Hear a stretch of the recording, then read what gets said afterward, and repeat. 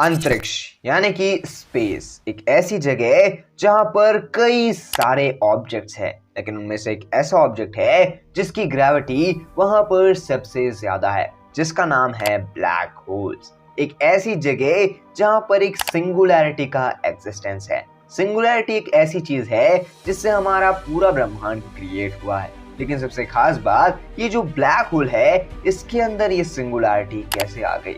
क्या ये सिंगुलैरिटी इस ब्लैक होल के जन्म के साथ ही इसके साथ है, या फिर ये सिंगुलैरिटी से ही इस ब्लैक होल का जन्म हुआ है? तो देखो, इसके लिए हमें ये जानना होगा कि कोई भी ब्लैक होल का जन्म कैसे होता है। तो देखो, जब कोई भी गैस का क्लाउड रहता है जहाँ पर हाइड्रोजन का एलिमेंट रहता है, धीरे धीरे वो हाइड्रोजन के एलिमेंट में न्यूक्लियर फ्यूजन होते हैं। अब वो जो न्यूक्लियर फ्यूजन होते हैं वो हाइड्रोजन के एलिमेंट को हीलियम का एटम बना देते हैं। अब वो जो पर्टिकुलर हीलियम का एटम है उससे एक स्टार बनता है। अब जो ये स्टार बना है, ये स्टार के न्यूक्लियस के अंदर कई सारे न्यूक्लियर फ्यूजन हो रहे होंगे, लेकिन ये जो न्यूक्लियर फ्यूजन है ये एक समय के बाद रुक से जाएंगे। कब? जब एक्चुअली में यहाँ पर वो जो हीलियम का एटम था उससे पूरा का पूरा आयरन का एटम ना बन गया हो, यानी कि तब तक जब तक वो एक्चुअली जो उसका कोर है वो आयरन के एटम से ना भर जाएगा। और जैसे ही वो होगा तो अचानक से जो पर्टिकुलर स्टार है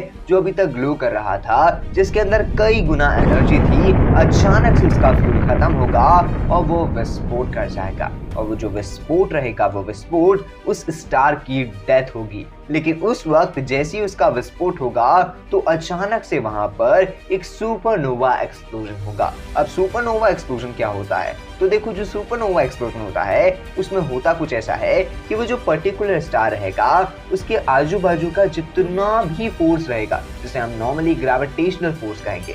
अब कॉमन सी बात है, अगर मैं एक ऑब्जेक्ट को रखता हूँ और अगर उसके आजू बाजू ग्रेविटेशनल फोर्स रहेगा तो जो पर्टिकुलर उसके बीच का न्यूक्लियस है वहां पर हाई प्रेशर बढ़ेगा। अब इसके साथ भी सेम ऐसा ही होगा, वहां पर धीरे धीरे हाई प्रेशर बढ़ना चालू हो जाएगा। और जैसे जैसे हाई प्रेशर बढ़ेगा तो वो जो पर्टिकुलर छोटा सा पॉइंट था जो एक्चुअली में उसका कोर था वो और भी ज्यादा कंप्रेस होगा। और जैसे जैसे वो कंप्रेस होते जाएगा वो ऑलमोस्ट छोटा होते जाएगा और एक टाइम के बाद वो इतना ज्यादा कंप्रेस हो जाएगा कि वो एक सिंगुलैरिटी बन जाएगा। अब वो जो पर्टिकुलर सिंगुलैरिटी है, जैसे ही उसके आसपास कोई भी मैटर खिंचाएगा तो देखते ही देखते वो सिंगुलैरिटी का मैटर और भी बढ़ जाएगा। और वो जो पर्टिकुलर सिंगुलैरिटी का मैटर है उस सिंगुलैरिटी के मैटर के आजू बाजू और भी मैटर आएगा, जिससे बेसिकली एक ब्लैक होल क्रिएट होगा। अब ये जो ब्लैक होल रहेगा, ये ब्लैक होल एक्चुअली में दिखाई तब देते हैं जब इनके एक्सक्रीशन डिस्क बन जाते हैं। तो इसीलिए राइट नाउ टाइम पे हम जो सोचते हैं कि वो जो पर्टिकुलर इवेंट होराइजन है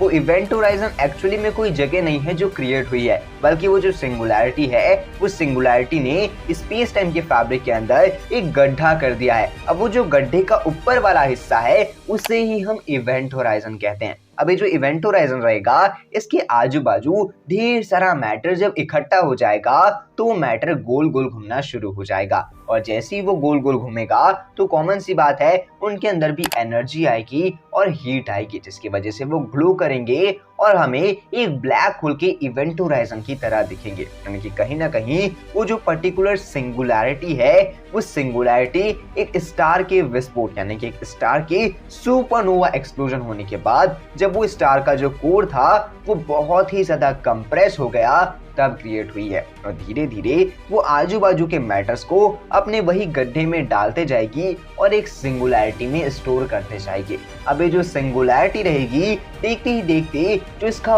वजन रहेगा वो और भी ज्यादा इंक्रीज हो जाएगा। और एक टाइम के बाद ये जो पर्टिकुलर सिंगुलैरिटी है ये वो जो स्टार से बनी थी उसका कई गुना मास को अपने अंदर सोख लेगी। और जैसे ही वो दिन आया तो फिर उसके बाद ये जो पर्टिकुलर ब्लैक होल जो एक नॉर्मल सा ब्लैक होल था ये एक सुपर मैसिव ब्लैक होल बन जाएगा। और SMBH जैसे ही यानी कि सुपर मैसिव ब्लैक होल बनेगा तो मे भी हो सकता है कि इसके आजू बाजू अगर कोई और ब्लैक होल होगा तो ये वो दूसरे ब्लैक होल से भी टकरा जाए। और जैसे ही वो टकराएगा तो होगा कुछ ऐसा कि उसकी जो सिंगुलैरिटी है और इसकी जो सिंगुलैरिटी है, मे बी वो दोनों की सिंगुलैरिटी आपस में ही कोलैप्स कर जाए, और जैसे ही वो कोलैप्स करेगी तो मे बी वहां पर एक बहुत ही ज्यादा विशाल ब्लैक होल का जन्म होगा। लेकिन हमें वहां पर से कोई भी एनर्जी या फिर कोई भी लाइट बाहर निकलती हुई नहीं दिखेगी, क्योंकि जो ब्लैक होल है उसकी जो सिंगुलैरिटी है वो फोटॉन्स के पार्टिकल्स को भी अपने अंदर समा ले जाती है। तो अगर गलती से वहां पर से कोई लाइट निकलेगी ही नहीं तो हमें कुछ दिखाई ही नहीं देगा, लेकिन उस वक्त वहां पर से एक ग्रेविटेशनल वेव निकलेगी। जो ग्रेविटेशनल वेव का असर भले हमें हो सकता है, लेकिन रियलिटी तो ये है कि वो जो पर्टिकुलर डेंस मॉन्स्टर है जिसे हम आज की डेट में ब्लैक होल कहते हैं, वो कहीं ना कहीं हाइड्रोजन के एलिमेंट से ही मिलकर बना हुआ था। ये काफी इंटरेस्टिंग लगता है ना, एक एलिमेंट जो हमें दिखाई भी नहीं देता ढंग से, उससे एक ट्रूली डेंस ब्लैक होल बन जाता है जिसके अंदर इतनी ग्रेविटी आ जाती है कि वो सारी चीजों को अपने अंदर समा ले जाए। अब आपको क्या लगता है कि आपके पास कोई एक ऐसा वे है या फिर आपके पास कोई एक ऐसी थिंकिंग है जिससे ब्लैक होल क्रिएट हुआ होगा? आप अपनी ओपिनियन कमेंट बॉक्स में जरूर बताइएगा। अगर आपको वीडियो देखने में मजा आया होगा तो वीडियो को लाइक करना, अगर आप लोग चैनल पे नए हैं चैनल को सब्सक्राइब करके बेल आइकन कॉल पे सेट करना। मैं मिलता हूँ अगली वीडियो में, तब तक के लिए जय हिंद, वंदे मातरम and thanks for watching this video.